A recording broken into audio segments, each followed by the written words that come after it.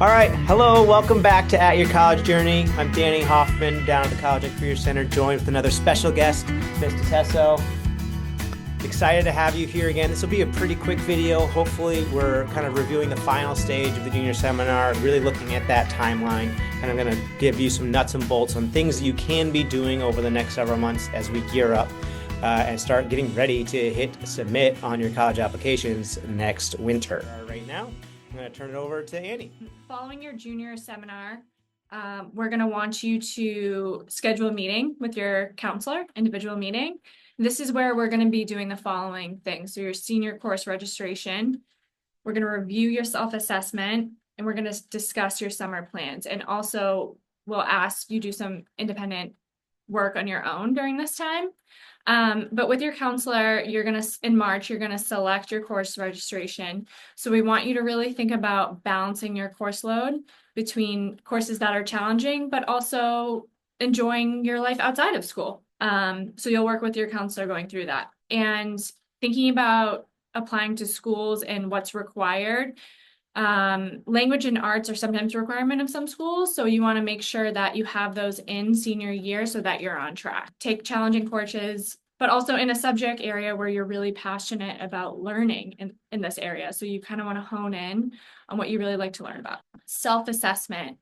So this is where we want you to do some self-reflection. It can be a really important tool for you to align your education with your long-term goals and where you see yourself. So what is your guiding criteria for your post-secondary search and your plans? Is it a school that's close by to your family and your friends, or do you want to live overseas? What do you want to do? What's guiding your personal journey here? And discussing your summer plans. So jobs, academic enrichment, internships.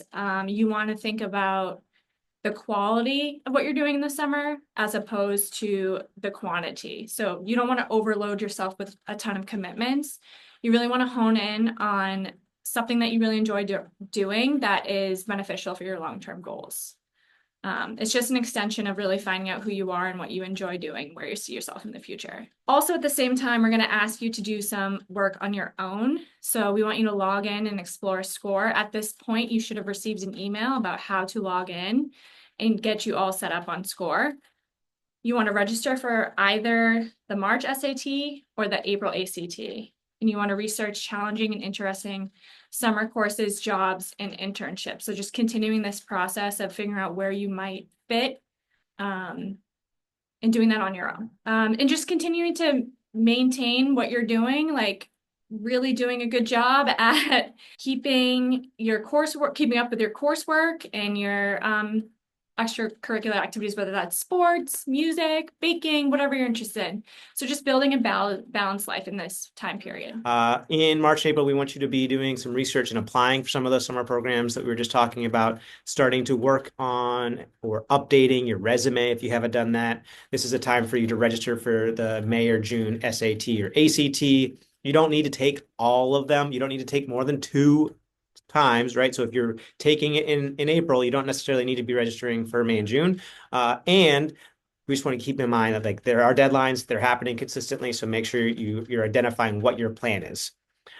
This is the key kind of high point for researching colleges and beginning your college list. A core piece of that is going to be going to some of the different college fairs that exist and a lot of the open houses, right? So in March, a lot of times colleges will have specific open houses for juniors. So this is a great time for you to go get on campus.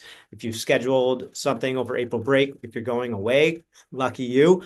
Find a way to get onto a college campus. Almost everywhere in the country has a college near there. Even if it's not a school that's necessarily on your list, checking out a school in a different space is going to kind of give you a different perspective and might expose you to a place that you never thought of before, right? And then in your meeting with your school counselor, we're going to kind of review your preliminary list of colleges, maybe provide some additional suggestions or feedback. We're really going to ask, why? Why this college? Why is this a great fit for you? Right? We want to really make sure we're being thoughtful about developing that plan. We'll talk a little bit more about your summer plans, provide some support with any of those applications, especially if there's anything early we need to be working on. We can give you feedback on that resume, and we'll check in on about testing. When are you taking it? What's your goal? All right, May and June. or as I like to call it, the Friday of summer, right? Students, there's a number of really key things that you can do that will set you up for success as we gear up to hitting submit at the end of fall of senior year. The first is asking 2 academic teachers for college recommendation letters. Ideally, both of these are junior teachers, but you may branch out a little bit. One of them should be a junior year teacher who taught you in a core academic subject, right? So that could be history, English, math, or science. Icing on the cake if that teacher is also teaching the subject that you may be interested in studying in college. So if you're going to be an engineer, that should be a STEM student. If you're thinking you might be an English teacher, your English teacher is a good bet, right? Second, May 9th and May 22nd are the deadlines to register for those June standardized tests. May and June is also a good time to start planning your fall test strategy, right? Maybe you're working with a group of other students to do a little study group. Maybe you're signing up for a summer course so that you can get ready and crush that September or October exam. And then also finalizing those summer plans, right? Like making sure you're touching base with your summer supervisor if there's any last minute paperwork you need to do, identifying, what does that summer schedule look like? How are you going to take time to both relax and have fun and have a meaningful summer experience? Yeah, and parents, you can play a really important role in supporting your child through May and June as well. So what you can do on your end is checking in with their school counselor regarding their post-secondary plans. If they're thinking about college, this might be sharing a list and talking about that in regards to location, fit, finances, course registration. If they do want to attend college, what do they need to be signed up for in order to succeed at that college? Complete their parent guardian information sheet. So this is great for the school counselor because this just allows the counselor to kind of take in what you've seen over the past couple of years of their transition into high school, where they have succeeded academically, personally, in their unique journey. Review SAT and ACT plan with the student. So just making sure that they are all set to go, that they're prepared, they feel good about it, and just having those supports in place too. Check in about their summer plans. So are they all set with their job, their internship, a program, or community service? Is there anyone locally that you can reach out to and help support them in that way? And then just reviewing their plans if they want to go to college to go visit. So setting up those appointments as well. Yeah, you'll notice that up until this point, we've really been focused on the student and then the counselor. This is the first time we've really highlighted a parent guardian checklist.